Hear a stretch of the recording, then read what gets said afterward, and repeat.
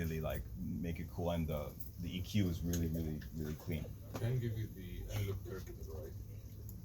Right. Pardon me? Sorry? Yeah, the character. These plugins, like, Yeah, like this is the character. analog, Yeah, like this is definitely like character. Like if I play this by itself, I have to choose like a part where it's playing.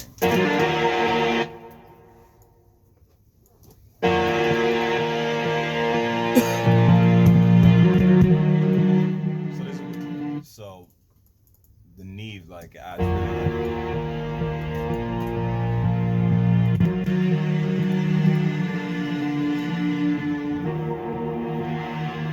it's just really clean. It's a really clean EQ. It sounds really good, and it really does add character to it. And just like simple EQ, this is like a reverb, just stock FL reverb. You guys know this one. This is the GOAT right here.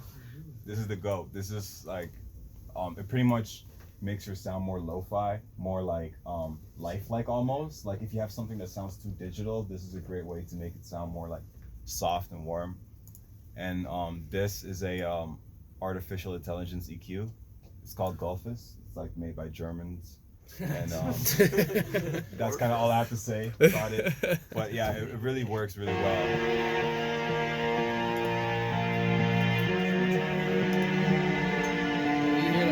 It just like you hear that difference as soon as it just like it makes about 100 EQ changes within 1 second. That's crazy. It's constantly moving. It's constantly moving. So like sometimes you EQ a certain part out because it's peaking a little bit, but because of the melody, like that peak might move around, and this will catch all of them and just kind of go with it as you go. But quick question for you: the list of plugins that you have on this one sample, yeah, did they all come at once by decisions from you, or through production and mixing? Then maybe you put the Pro Q2 on, then 20 minutes later you put the reverb, and then. So I always like to just like I like to really know what a plugin does.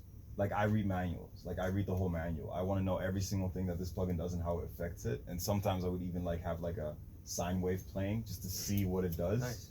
Because once you really understand what plugins do, you know when you need that tool. If you don't know how to screw a certain screw and what tool you need, you're just gonna run around and get tools and just try to make it work. Yeah. But if you know this hammer does this, you can use that and use that tool so you know when to choose it. So like I just choose these based on what I think it needs. So do you think that you placed all of them and then moved on to the next part of the it's like it's a very dynamic process. Sometimes I just kind of go, and sometimes because I added certain things, I'm like, oh, now it needs a little bit more of this, and then I will add things to it. But I think for this one, I started off with just the Neve and just had the Neve on it, and then I added just a bit more things to it just to make this, because the sample is like the main thing, right? Like I wanted it to be more upfront. Yeah, any more questions on it? Hi-hats, those are nice. Good question. Yeah, right here. Like I said, just the Neve. Because like the cool thing about the Neve is that you can distort things very pleasingly without, like, you don't, like, it sounds, this is very distorted, but when it's playing with everything, for some reason, just the way the Neve does it, it makes it really nice. So if I take it off, you'll hear the difference. So this little knob right here is the on and off power, just so you guys know, like, this is off, this is on. So this is without it. This is with it. It's super distorted, but when it's playing with everything at the same time, it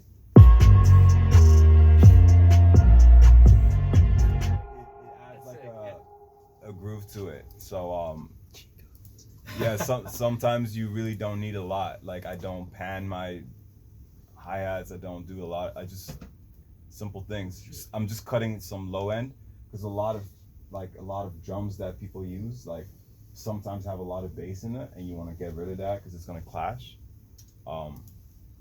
Yeah, so those are the hi-hats. This is like really similar to beat crushing, right? Like the No, bit crushing is like you're literally downing the sample rate of whatever you're using. So it's very technological, but pretty much your waves start looking like this, like blocks instead of like round. But what's cool is that if you add a filter to it, you get that really lo-fi, like Drakey 40 sound. Like it makes it very like deep. But it's different from bit crushing, because what I'm doing is I'm pretty much, the Neve is like a preamp, right? So you plug in a mic and it pre-amplifies the mic sound. So when you run things through it, you can turn it up a lot, and that